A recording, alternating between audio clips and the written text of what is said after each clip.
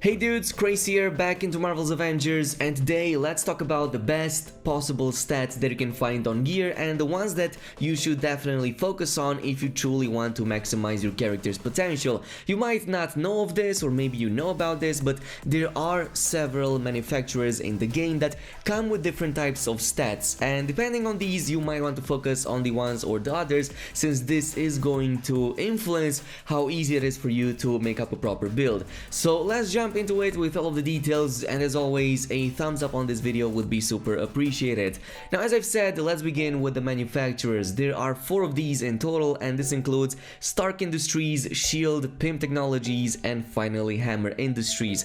These will all have and will focus on different kinds of areas of your build. So for example, Hammer Industries kind of focuses more on melee advantage for your character, so that's why you're going to see it with might, proficiency, intensity, or resilience. Meanwhile, Pym Technologies focuses more on maximized damage to weak point, which is why you're going to see it more focused on proficiency, valor, might, and resolve. We also have Shield, which is more engineered towards defenses, so the possible stats here are going to be intensity, resilience, resolve, and valor.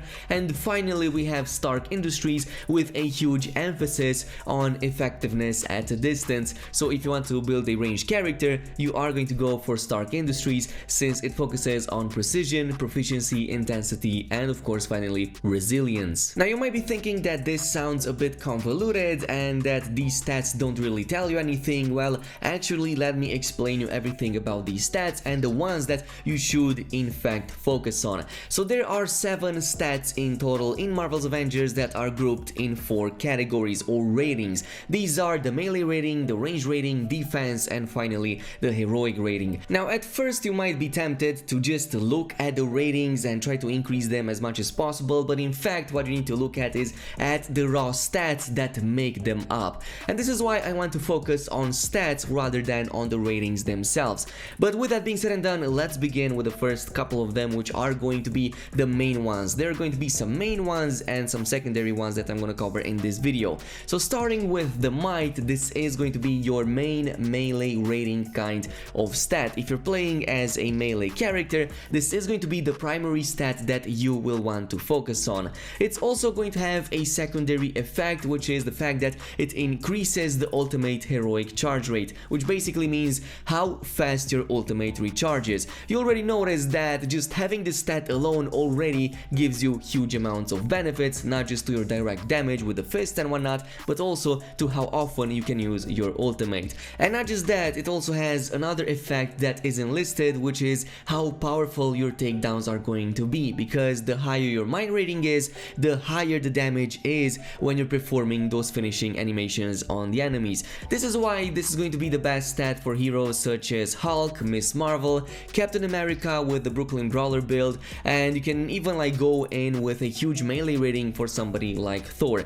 Meanwhile, for somebody like Black Widow or maybe even Iron Man, you might want to focus on precision, which is the next stat that we're going to focus on. And precision is basically the opposite of might. If you're playing as a ranged character, precision is going to be the one that you're going to want to focus on. As a secondary effect, it also increases your assault heroic charge rate, so if you find yourself using that often, this might be the stat that you might want to focus on. But some of the abilities that get influenced by precision are as follows. So Iron Man's lasers, rockets, and beam attacks will deal more damage the more precision you have. Black Widow's pistols and SMGs will also get influenced by that. Anything that gets thrown, so for example Captain America's shield throws and kicks, will also be influenced by precision. The same goes with Hulk throwing debris, they will also deal more damage and impact once you have higher precision. And even Kamala's range punches with the fist and whatnot, they will also benefit from this too. But one thing that isn't listed, and it's kind of hard to notice, is Thor's Power of Uru intrinsic ability. So basically you can pin somebody with the Thor's hammer and then just zap them from really far away. While in fact precision has a really high effect on its damage, so the more precision you have, the higher the damage is going to be with that Power of Uru, which is why you're also seeing me using it very often with a kind of like a hybrid build for Thor, but I will cover that in a different kind of video. Now these were the 2 major stats that you will start with as a baseline, and everything from this point on is going to be kind of like a secondary, and they also affect different kinds of ratings too, but that's not really too important right now. We're gonna focus on the stats and we're gonna make it easier to understand. And then we'll focus on the next one, which is going to be Valor. By far the best secondary, so to speak, stat that you will need after Might or Precision. The reason for that is because this is going to influence two very important areas of any build, and these are the crit damage and your heroic effectiveness. For the crit damage, it's pretty self-explanatory. It just influences the amount of extra damage that you're doing when you're pulling off critical hits. Meanwhile, heroic effectiveness is going to influence both the healing and the damage of heroic abilities. So for example, for healing heroics like the one that Kamala Khan has, this is going to influence how much healing that is going to give. Meanwhile, for the other heroics that deal damage, it's going to increase their overall damage output. So let's take the Hulk for example and his ultimate ability, which by default deals about 20,000 damage at the maximum power level and with a minimal point invested into Valor and heroic effectiveness. But that damage can actually increase tremendously by just having a few items with some Valor on them, and as long as you have at least a few hundred Valor over there, you're going to see damage at least over 100,000 with the same ability that previously was doing 5 times less than that. So this is why I recommended focusing on the Valor immediately after Precision or Might, depending on your build. It's because it not just influences how powerful the damage on your heroics is going to be, but also how far they can go with the crits themselves when they actually happen. With that being said and done, this also brings us to Proficiency, which is going to be your critical chance kind of stat, but on top of that it also influences your perk chance. So while this also increases how often you will deal those critical hits, it's also going to influence how often the perks on your gear are going to happen. But point for point, it's not going to be such a big increase when stacking a lot of Proficiency, and it seems that there is kind of like a soft cap in the game where you kind of don't have enough Proficiency to stack to exceed about over 50% critical chance, because it's actually a much bigger increase if you just get something like this, an added buff that provides a damage buff, which in turn is actually going to almost double your current crit chance. So let's take for example, you just have like a couple of items with Proficiency, like maybe 100 Proficiency and a 20% crit chance. Just from the damage buff and just getting that, you will increase that to over 55%, and then you can get something like Thor's Assault ultimate, where you can just go ahead and cast that and it will stack on top to an over 85% critical chance from just these two easy buffs. So again, point for point, Valor is going to be much more impactful than Proficiency, but I guess in the endest of endgame and when we get even better gear than this, maybe things are going to change.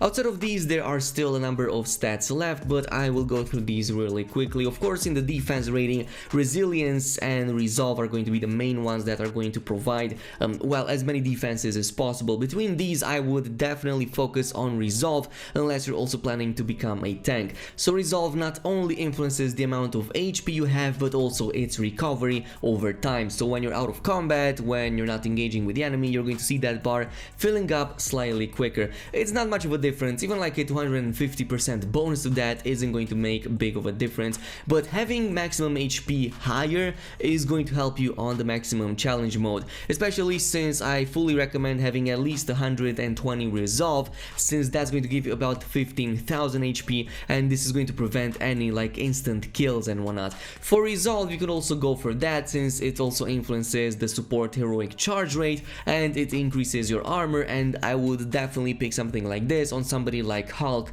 or Captain America, assuming that you're going with a defense kind of build, but you would sacrifice on a ton of damage in the process. The final one is Intensity. This is also a semi-decent stat, though this is the one that I concentrated the least on because it only influences your stun damage and stun resistance. So basically the stun damage would be the one that's most important because it increases how much stun damage you're dealing on the enemy, which means that you can stun them much quicker. The reason you don't really need to focus on this too much is because many of your powerful abilities already come with a really high stun rating on them anyway. This is just going to further buff them, but I would argue that in the long run your main objective is to clear out the enemies rather than stunning them altogether. It's much better to just take them out faster rather than just keeping them stunned, because eventually there are going to be diminishing returns and you will oftentimes see enemies not staying staying stunned for as long as they previously did